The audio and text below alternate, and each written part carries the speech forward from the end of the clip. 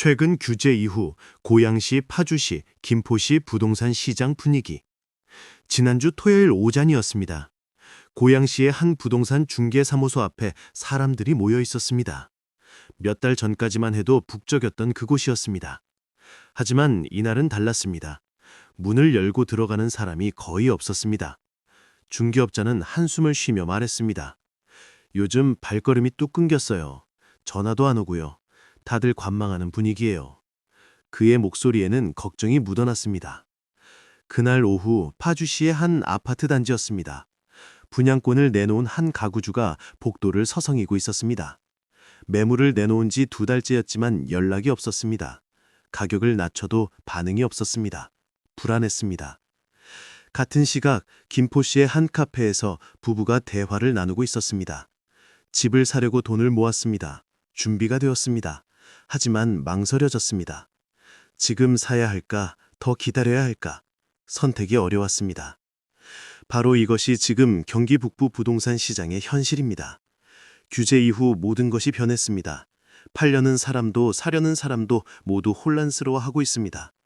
오늘은 그 현장의 이야기를 전하려 합니다. 고양시부터 살펴보겠습니다. 한 50대 남성의 이야기입니다. 그는 일산에 아파트를 갖고 있었습니다. 작년에 샀습니다. 투자 목적이었습니다. 당시 분위기는 뜨거웠습니다. 모두가 사려고 했고 가격은 계속 올랐습니다. 그는 만족했습니다. 몇 달 만에 가격이 올랐습니다. 이익이 보였습니다. 조금만 더 기다리면 더 오를 것 같았습니다. 욕심이 생겼습니다. 그런데 갑자기 규제가 나왔습니다. 대출이 막혔습니다. 세금도 올랐습니다. 시장 분위기가 급변했습니다. 매수자들이 사라졌습니다. 그는 당황했습니다. 팔아야 할까, 보유해야 할까, 고민이 깊어졌습니다. 주변 사람들에게 물었습니다. 의견이 갈렸습니다. 어떤 이는 지금 팔라고 했고 어떤 이는 기다리라고 했습니다. 결국 그는 매물을 내놓았습니다. 구매 가격보다 약간 높게 책정했습니다. 합리적이라고 생각했습니다. 하지만 연락이 없었습니다. 한 달이 지났습니다. 문의조차 없었습니다. 불안해진 그는 가격을 낮췄습니다. 구매가와 비슷한 수준으로. 그래도 반응이 없었습니다. 더 낮춰야 하나 고민했습니다.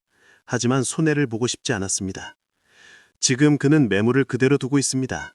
팔지도 못하고 내리지도 못하고 이러지도 저러지도 못하는 상황입니다.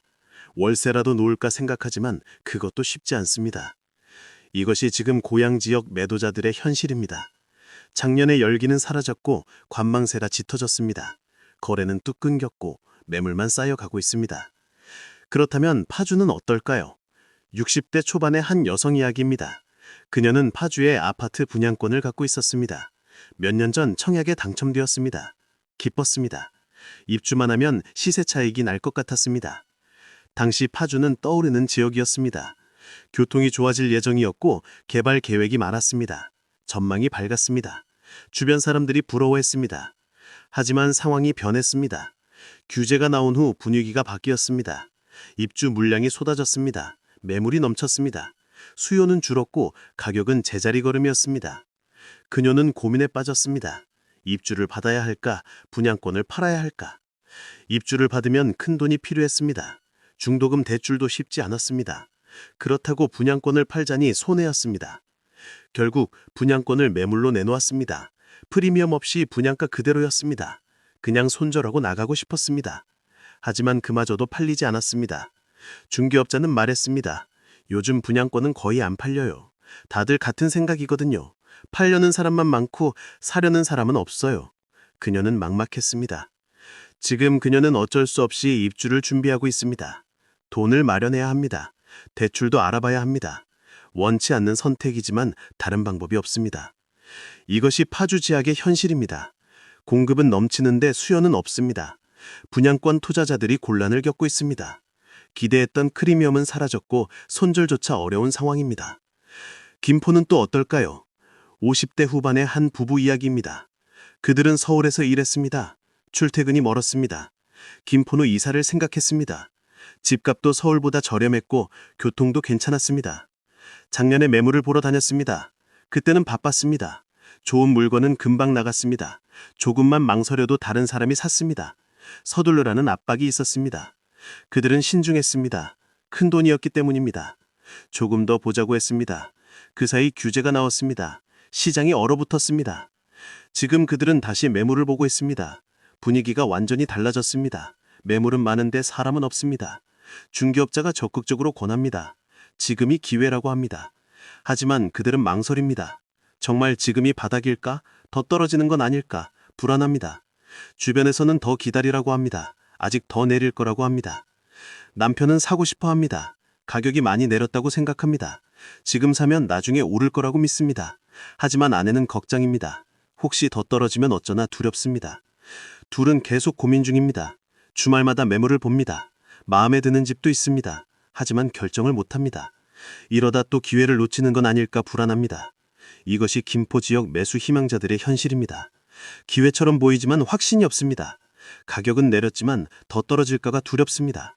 모두가 관망하고 있습니다. 그렇다면 지금 이 세 지역의 공통점은 무엇일까요? 70 가까운 부동산 투자자의 말입니다. 그는 수십 년간 부동산을 봐왔습니다. 여러 번의 사이클을 경험했습니다. 그는 말합니다. 지금은 전환기입니다. 오르던 시장이 멈췄습니다. 매도자는 아직 과거 가격을 기대하고 매수자는 더 떨어지기를 기다립니다. 그래서 거래가 없습니다. 이런 시기는 오래가지 않습니다. 결국 균형을 찾습니다. 매도자는 현실을 받아들이고 매수자는 용기를 냅니다. 그때 거래가 다시 시작됩니다. 문제는 그 시점을 아무도 모른다는 것입니다. 몇 달 후일까? 1년 후일까? 더 오래 걸릴까? 불확실합니다. 그래서 모두가 힘들어합니다.